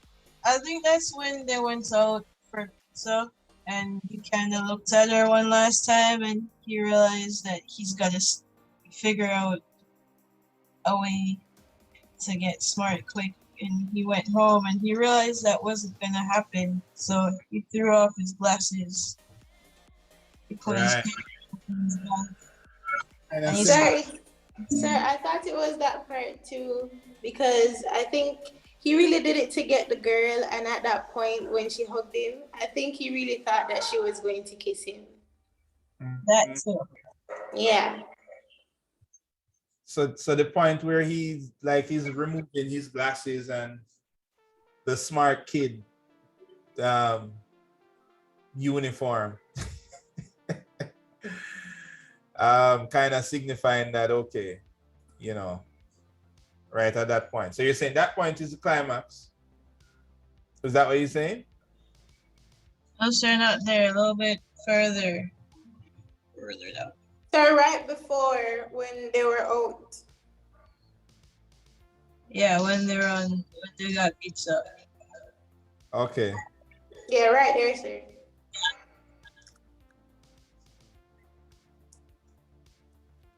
You mean right at this point? Sir, a little bit before that. All right, cool. So let me ask the trickier question. So where is the incident in this film? When they meet for the first time. Okay, anybody else? Sir, when he turned around and he realized that it was a beautiful girl. Was it that? It's basically when they met for the first Sir, what time. was the question again? I never heard. Where's the incident? That's what he asked. Right. So remember, think of it this way, right? I think it's up until she asked him to study. Ah, and why is it an incident? Why is it a problem? Because he basically failed the last exam. Exactly. So there you go. So the incident is a problem. So when your audience realizes that there's a problem, that's when their interest grows. So if you manage to highlight a problem in your presentation, I mean, it's a tricky thing if you have to give the solution, but if you can give the solution in an exciting way, right? So the problem is that he failed, but yet still he's going to offer this beautiful girl math classes. So that, therein is a problem. And then to solve that problem now, the process of solving the problem is where the rising action begins, where that builds excitement for the audience to say, is he really going to solve this problem, right? So, you know, so this, the way how this incident came around was, it's a little specific. It's based off of the exposition and the incident of him offering to give something that he doesn't have, right? So, I mean, there are so many ways to set up a problem. I mean, hey, guess what? The harder things in life to do are solutions, not the problem, right? So if it's a problem you need, there are many ways to go about a problem, but the problem brings about excitement, and the excitement brings about the audience at the edge of the seat in tune with what you're showing, right? The trick is with your presentation, just make sure that you solve the problem as well. All right. Okay. So I'm going to leave you guys with one more. I'm going to leave you with more of a kind of emotional one. So it better not be an cliffhanger. No, it's not a cliffhanger, but this one has this one. Oh, wait, let me ask you. So from this film, what did you get at the end? What was the story at the end? Turns out all along that she was the resolution. Wait, sir. Sir, I think that the message in it is that he should have just been honest from the get-go. No, I feel what was the secret behind it was, what if she was always smart? She was always what? She was always smart. No, she was always smart. She was always smart because she got 97. Right. But the message was at the beginning. It was calculove. You see me? Yeah. But I think that she did never need help. She just wanted to talk to him. Yeah, I think she liked him. She would have just appreciated if he was himself in the first part. She was the one to She never come off with her racism. Maybe she would have known from the beginning him like her. See? Alright. But I think she enjoyed knowing that she did so well in the test, and she probably figured that he never did so well, and she enjoyed spending all that time with him. So I think that she liked him. Yeah. Right. Now, here is the interesting thing about this short film is that they didn't tell you that. Like, you had to figure that out, and you had to figure it out through processing. All the film told you is that she got 97. And it's like the guy was like, but I thought you needed help. I thought, oh. So you really just wanted to hang out with me. You do like me. You do calculate me, not to sound corny. But you get the idea, right? I mean,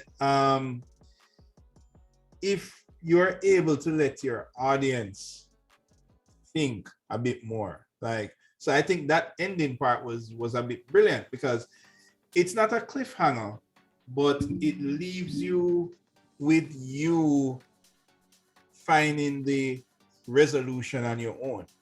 It just gave you a hint, and then you had to figure out the resolution.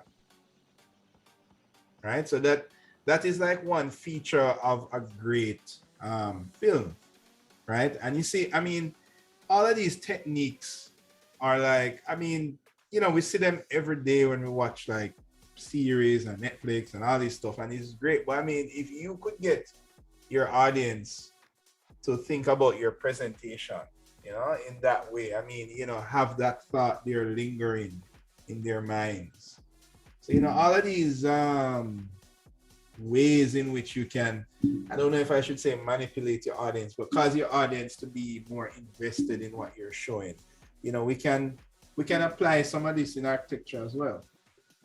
All right, now I'm going to show you the last one that has the full gamut of the of the triangle, of the pyramid, whichever you call it. right? And this is an interesting one. This one I usually keep. It's a short film. It was made by a couple of developers. It was made around the time that the PlayStation 3 came out, and they wanted to show off the hardware of the PlayStation 3. So they asked these guys to make a short film that would run on the PlayStation, to show that it was capable of doing graphics or whatever, right? But it's not a game, it's a short movie.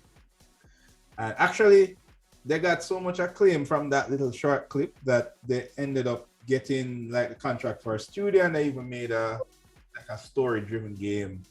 I think I tried it one time, but that is like later on in the future. But anyway, this is the short film that they created, right? And I think by now everybody should be getting this pyramid thing, being able to identify different ways of how films adopt the same technique.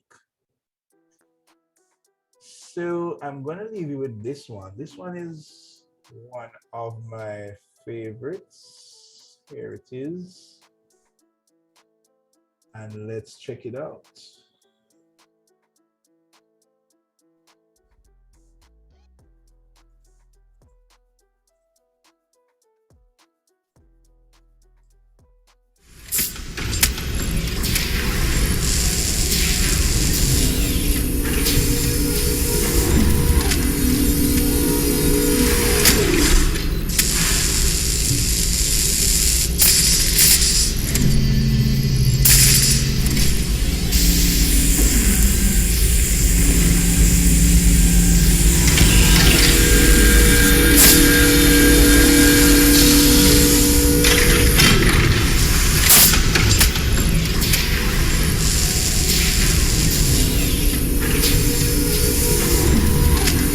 Can you hear me?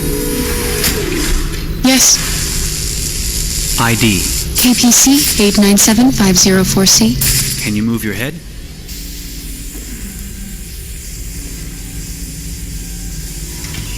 Your eyes now.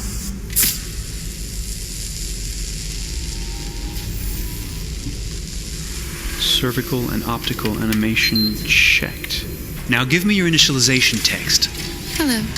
I'm a third-generation AX400 android. I can look after your house, do the cooking, mind the kids. I organize your appointments. I speak 300 languages, and I am entirely at your disposal as a sexual partner. No need to feed me or recharge me. I'm equipped with a quantic battery that makes me autonomous for 173 years. Do you want to give me a name? Yeah. From now on, your name is Kara. My name is Kara. Initialization and memorization checked. Now, can you move your arms?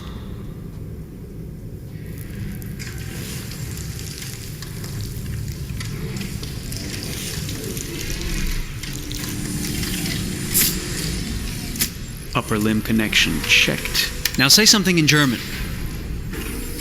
Ich bin ein AX400 Android dritter Generation, erschaffen als Ihr persönlicher Assistent und intimer Beziehungspartner. Say it in French. Je suis un androïde de troisième génération AX400, conçu pour être votre assistante personnelle et votre partenaire intime. Okay, now sing something in Japanese. Sakura, sakura, yayoi no sora wa miwatasu kagiri.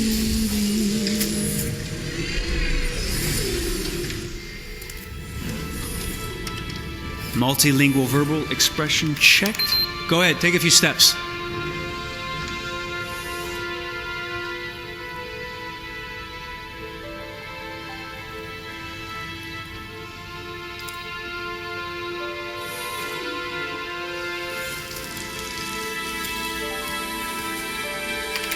Locomotion checked. Great, you're ready for work, honey. What's going to happen to me now? I'll reinitialize you and send you to a store to be sold. Sold? I'm a sort of merchandise. Is that right? Yeah, of course you're merchandise, baby. I mean, you're a computer with arms and legs and capable of doing all sorts of things. And you're worth a fortune. Oh, I see. I thought... You thought? What did you think? I thought... I was alive. Shit, what is this crap? That's not part of the protocol. More memory components going off the rails. Okay, recording. Defective model. Disassemble and check the required components. You're disassembling me, but why? You're not supposed to think that sort of stuff. You're not supposed to think at all, period. You must have a defective piece or a software problem somewhere. No, I feel perfectly fine, I assure you. Everything is all right. I answered all the tests correctly, didn't I? Yeah, but your behavior is non-standard. Please, I'm begging you, please don't disassemble me. I'm sorry, honey, but defective models have to be eliminated. That's my job. If a client comes back with a complaint, I'm going to have some explaining to do. I won't cause any problems, I promise. I'll do everything I'm asked to. I won't say another word. I won't think anymore. But I've only just been born. You can't kill me yet. Stop, will you please stop? I'm scared.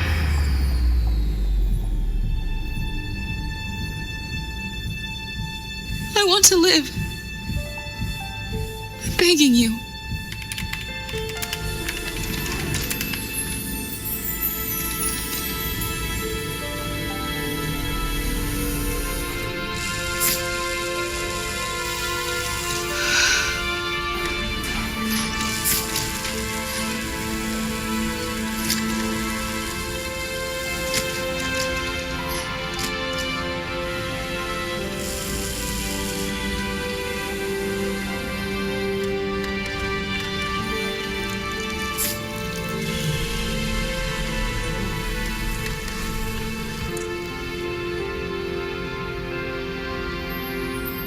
Go and join the others.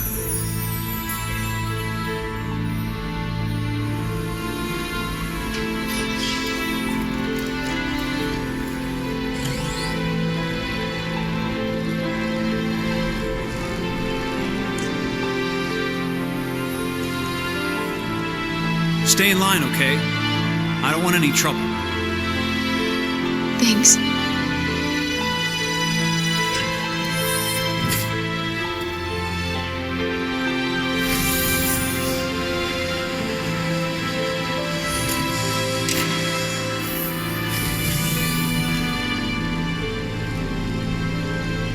My God.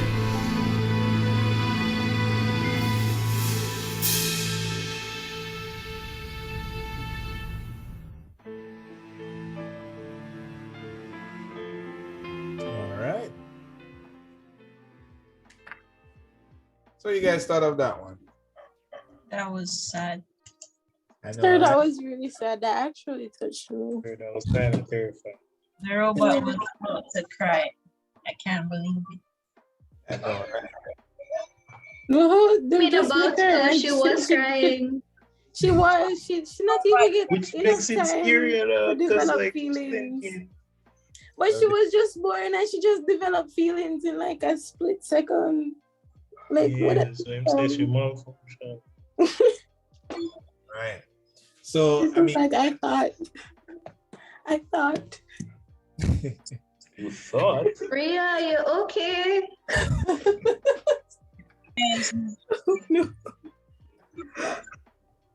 well, as I said, I have to leave. I'll leave you with this one. It's a little emotional, but here you go. I mean, this is like a old.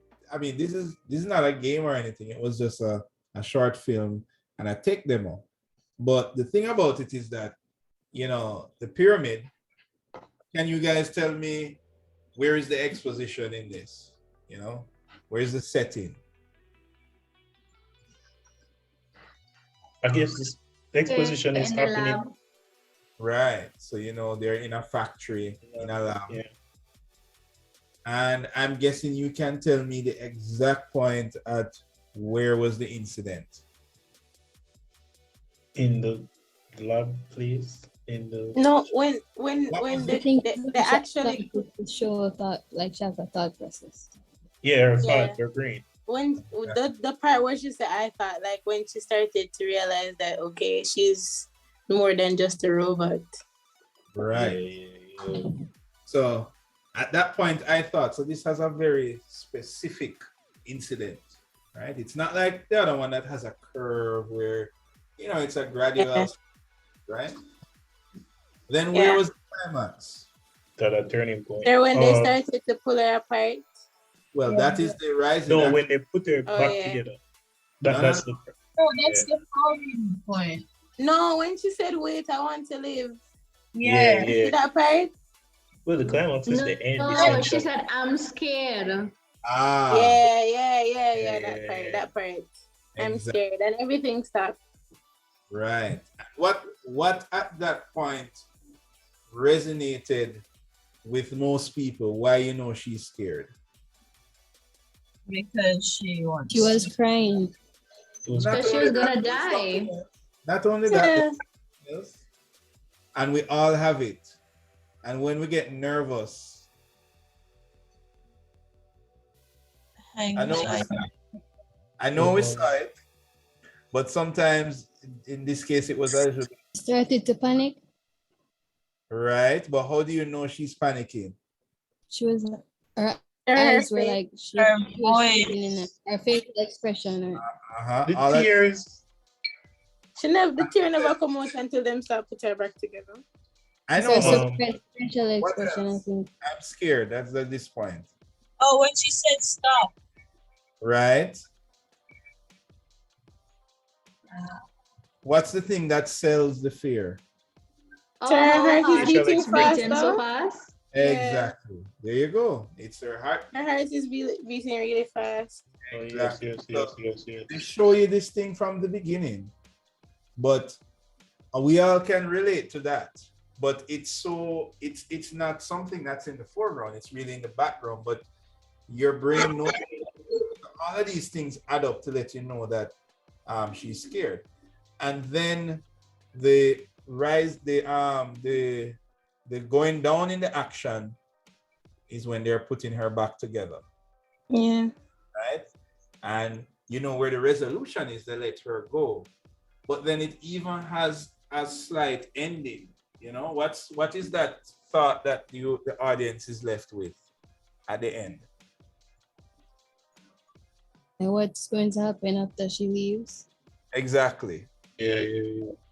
Exactly. So this is why I tell you that, you know, this one does the full gamut of the triangle. And what I want to also point out is that it's not just, this is just the storyline, but remember all of the other things that we spoke about, like cinematic camera angles, right? And music. Notice when she says she's scared, the music stops right there. You get me? In most of these that we watch, the music has a part to do with it, and that is the post-production. So that works along with what you're seeing. But you realize that it don't matter how fancy this stuff looks. I mean, this is a tech demo from PlayStation 3 days, but it doesn't even have the latest graphics, but the storyline still holds up even today, right? So a great story will always make the audience want to invest in what you're saying or showing. So anyway, so those were our films for today. I think we did well, half an hour before the time, right? So I have a question for you about the last year project you featured. Right. Mm-hmm. So what made them the best project apart from the other projects with regards to their triangle? Well, to tell you the truth, what sometimes happens is when the projects exceed their budget, and when I say budget meaning time budget, there is something that usually happens that let the project not finish. So most people who do I've never seen a failing project, right? Because most people, the most that will happen is that persons don't usually get to finish, but not that totally no work was done. So usually the ones that are better are the ones that got to get to that ending point where the story is complete and they were able to tell the story. right? So imagine, like, for example, one year they didn't get to render. One group didn't get to render. Well, before Twinmotion, one group didn't get to render the work. So they had to, I remember one group had recorded the viewport and used the viewport in the post-production because, you know, whatever, they didn't get time to render it, and they weren't using like a Twinmotion or Lumion at the time. So they had to wait long hours for it to be rendered and so forth. But that year, their story was the best. Their story was really good. But the graphics, it was like literally from the viewport of, I don't remember what program, but it was from the viewport.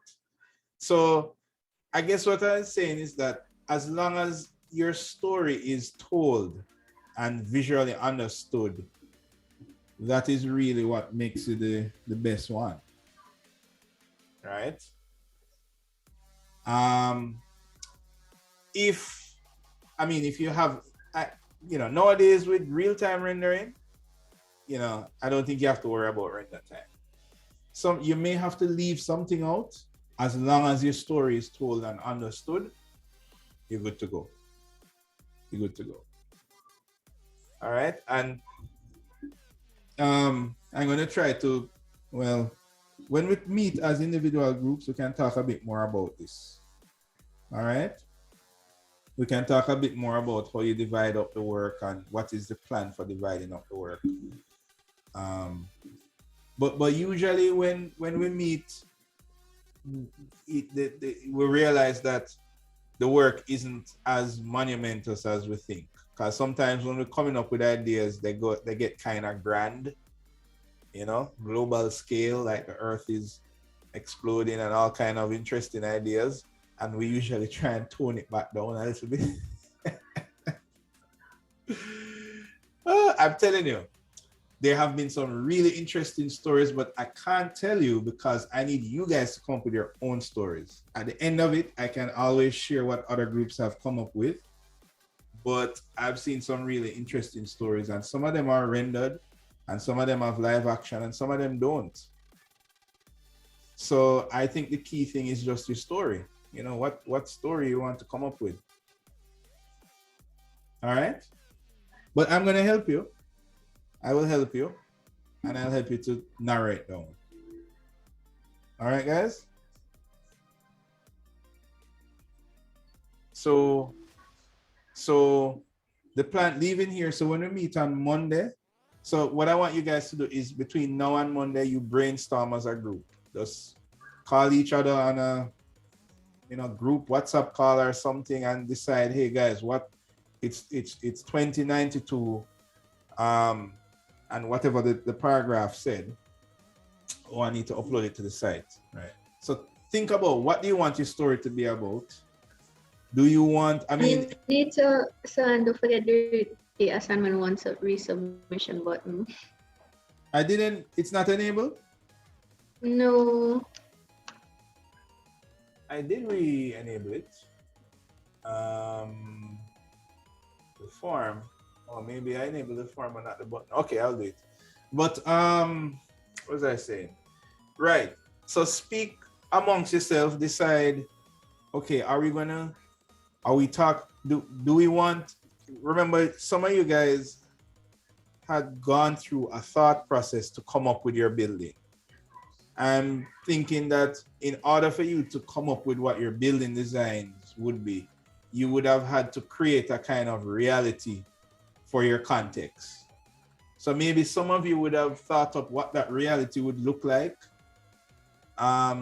Use that as a launch pad, like, you know, maybe somebody had an idea for, I don't know, a building that does something interesting.